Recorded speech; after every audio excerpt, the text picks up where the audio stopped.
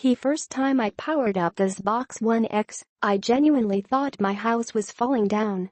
Microsoft's boot-up animation is bright, loud, and full of surround sound bass, perfectly epitomizing the bombastic nature of the company's true 4K gaming message. Microsoft's Xbox One X is the world's most powerful console, and the company is beating its chest about its 4K capabilities. Microsoft has a lot of reasons it needs to be this bold. Sony is winning this console war, backed by massive exclusive titles like The Last of Us, Uncharted 4, and Horizon Zero Dawn. The original Xbox One had a hard time competing with Sony's PlayStation 4, thanks initially to lower specifications and a bundled Kinect that led to a $100 price gap. Microsoft is answering those old complaints with the new Xbox One X. It's a smaller, sleeker, faster console than the original, and it's easily more capable than the PS4 or PS4 Pro, Sony's 4K console, in terms of raw power. While the power inside is unquestionable, Microsoft's focus on hardware specs isn't matched with launch titles that really show off 4K gaming.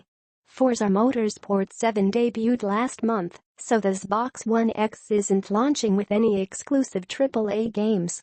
At $499, you're really paying for the pure hardware here, and you'll need a 4K TV to get the best benefits. If you're an original Xbox One owner, you're going to be really pleased with the improvements. For everyone else, it's going to depend on what games you play. Hardware only goes so far. The hardware. Let's start with the basics. I'm really impressed and surprised at how much power Microsoft has managed to squeeze into the Xbox One X small case. While the original Xbox One was a big, black box about the size of an old-school VCR, the Xbox One X matches the impressive design of the Xbox One S. It's actually smaller than the S in terms of volume, but I did notice, if you stack them, then the X is larger in some dimensions. Either way, it's small enough to fit in a backpack, but it's rather dense, so it feels heavier than the One S. The Xbox One X design is very similar to the S. The Xbox One X has the same inputs and ports as the S. There's HDMI in, if you want to connect up a TV set-top box, 2 USBs at the rear and 1 at the front, and an Ethernet port. Microsoft ditched the external power supply from the original Xbox One, and it's all integrated in and dual voltage. All in all, it's very similar to the Xbox One S from the outside, and still needs a USB adapter for the Kinect. The real power can be found inside. Microsoft is using a 2.3 GHz 8-core AMD Jaguar processor, 12 GB of RAM, and a 6 teraflop AMD Radeon GPU. That's nearly 2 teraflops more than the PS4 Pro, a faster CPU, and 3 GB more of overall RAM. The Xbox One X comfortably outperforms the PS4 Pro. On hardware alone, it's smaller, more powerful, and even includes a 4K Blu-ray player over its PS4 Pro rival. All of that power means you need a good cooling system and fans to match. During my own testing, I haven't noticed any huge issues here.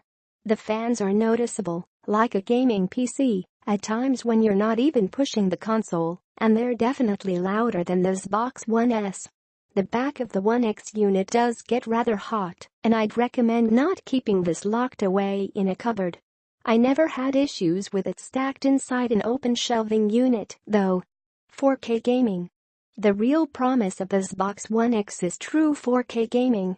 Most games made for the Xbox One are designed for 1080p TVs, which have a quarter of the pixels found on a new 4K TV.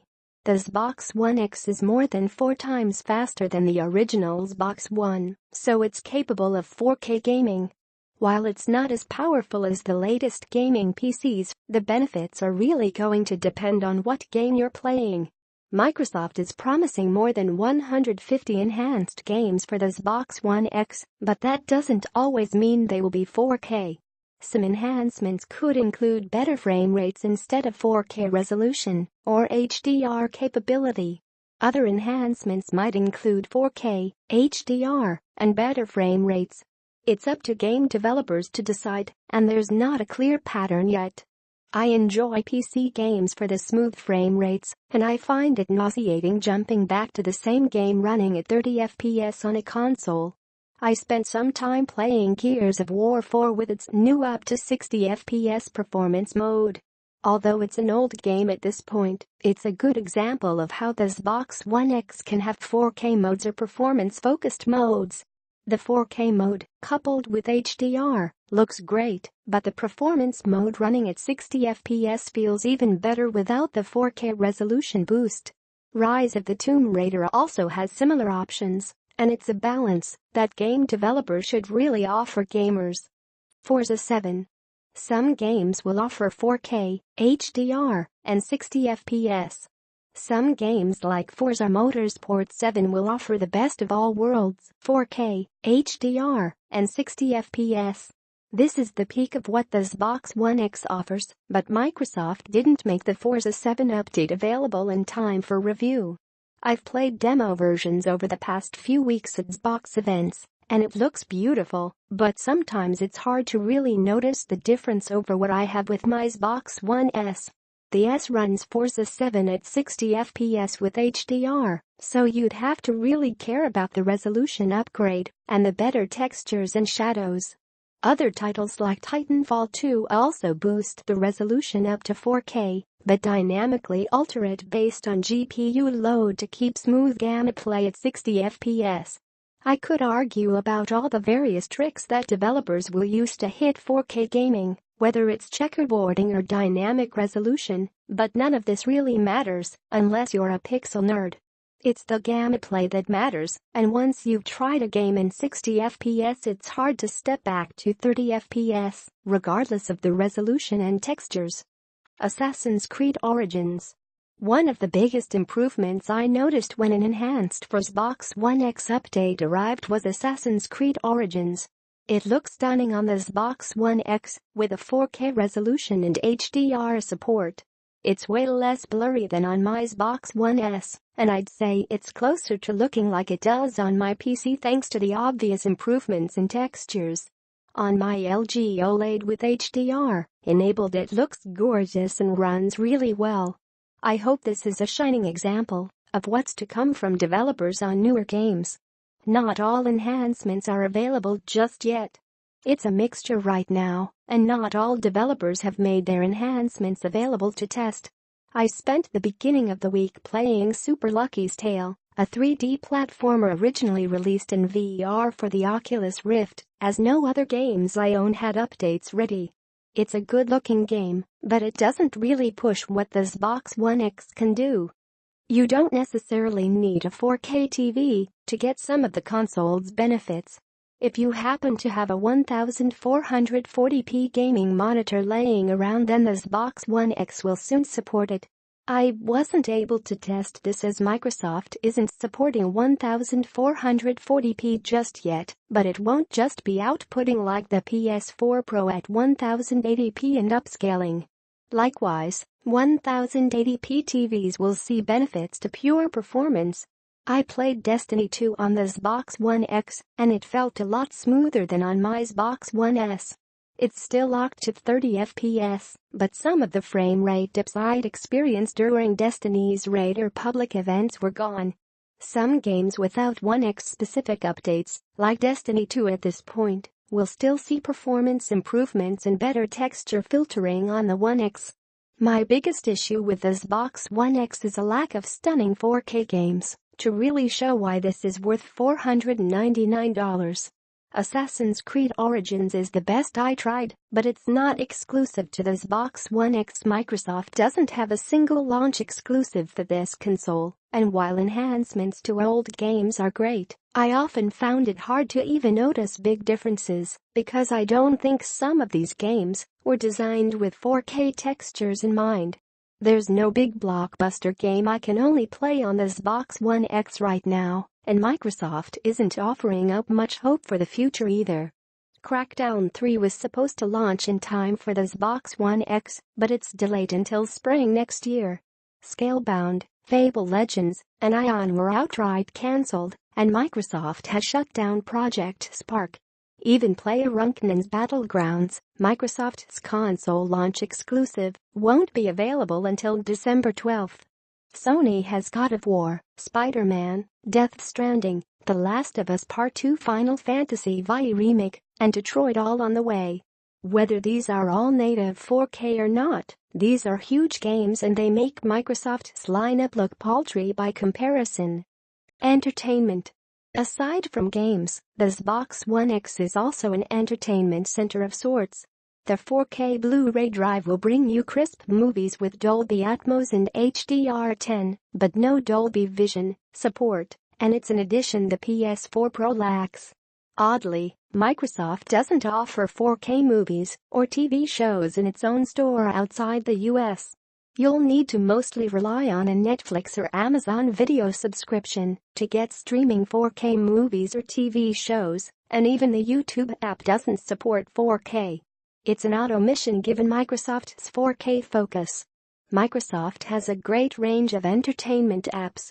Microsoft does have some good third-party apps for entertainment, including Plex, Spotify, Amazon Video, Netflix, HBO Go, and Hulu Plus.